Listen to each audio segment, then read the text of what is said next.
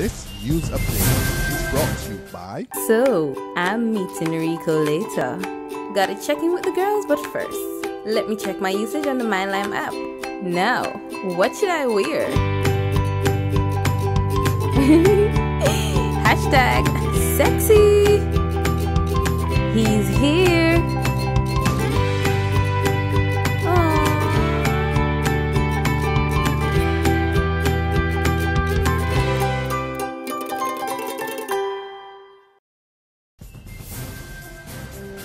It's Friday, March the 20th, 2015, and this is your Barbados Today morning news update. I'm Emmanuel Joseph.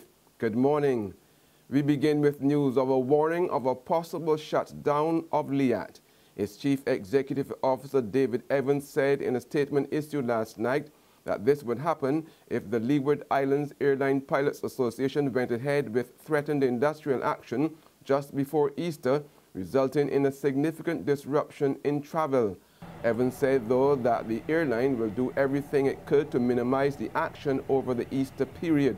But he warned that the consequential financial crunch resulting from any major disruption would mean further delays in salary payments and defaults to creditors. The CEO also cautioned that this would lead to a shutdown of the airline and a catastrophe for the entire region and its economies. He noted that all of the pilots' grievances are either before the courts or are being dealt with what he called the normal manner. The grievances include pilot dismissals, pension deductions, and pay raise.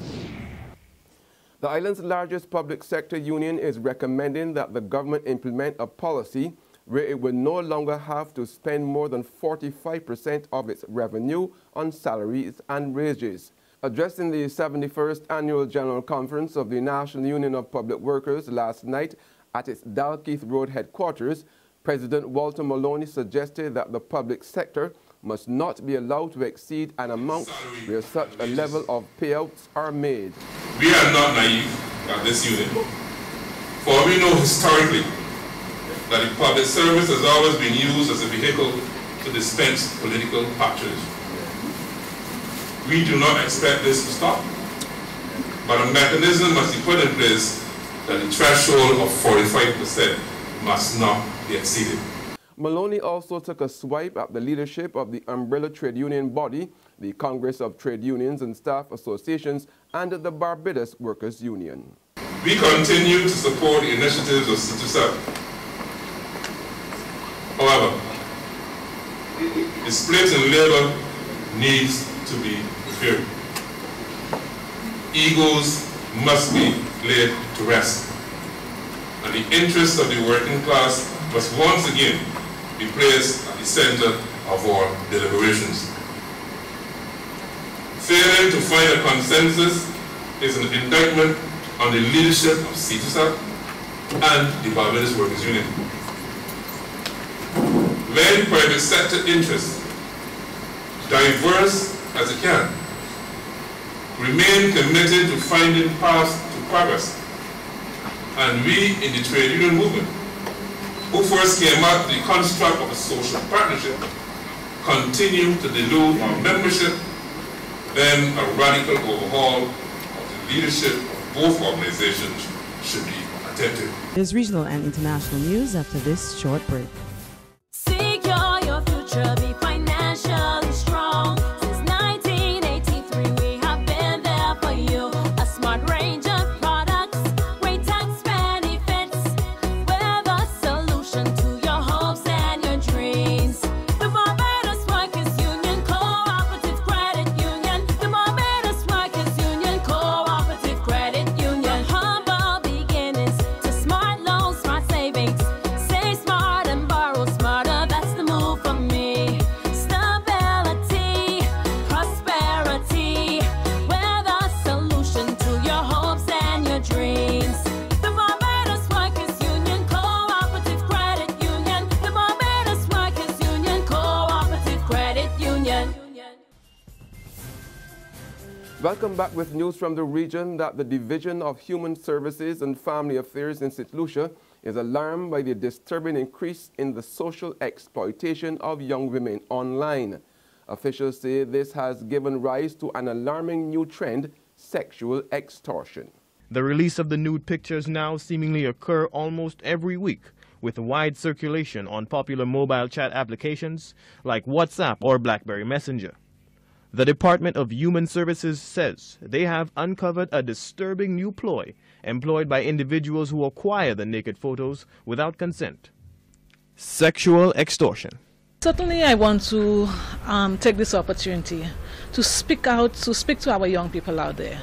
We have been getting an increase in reports of what I refer to as blackmail taking place online with our young persons, where their computers are being hacked into and their photos are being taken, and then they are receiving calls asking them to engage in certain activities. Sexual extortion involves intentionally compelling or inducing another person to engage in any sexual act involving contact, penetration, or intercourse by threatening to expose a secret.